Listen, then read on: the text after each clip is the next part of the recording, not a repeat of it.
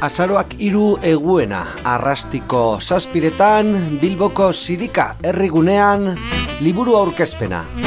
La Sapa de los Aperribai, la guerra empieza aquí. Euskal Armagintza bilusteko helburuarekin, saparen ibilbidea adibidetzat hartuta, gerrarako euskal industriaren funtzionamendua bilustu nahi du liburu honek.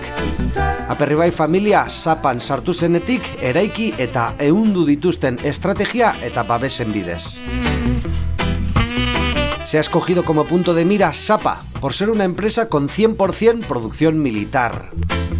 Bere ekoizpena, esportazioak, jasotako diru laguntzak, enpresa buruen eta politikarien arteko harremanak eta ekonomikoki mantendu ahal izateko erabilitako bitartekoak eta kasu arraroak aztertzen ditu liburu honek. Aldi berean, bai saparentzat eta bai armagintza osoarentzat, ekoizpen militarra, ekoizpen zibil bihurtzea proposatzen da.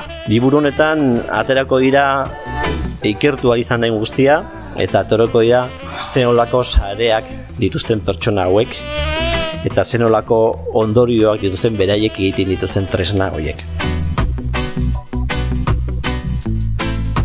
Además, antes de la presentación del libro, se aprovechará para hacer pública la coordinadora de taldes antimilitaristas de Hego Euskal Herria, Antimilitaristak EH. Aspalditik ezagutzen dugu elkar eta Antimilitaristak EH plataforman elkartu gareno asko aspaldiko laguna gara.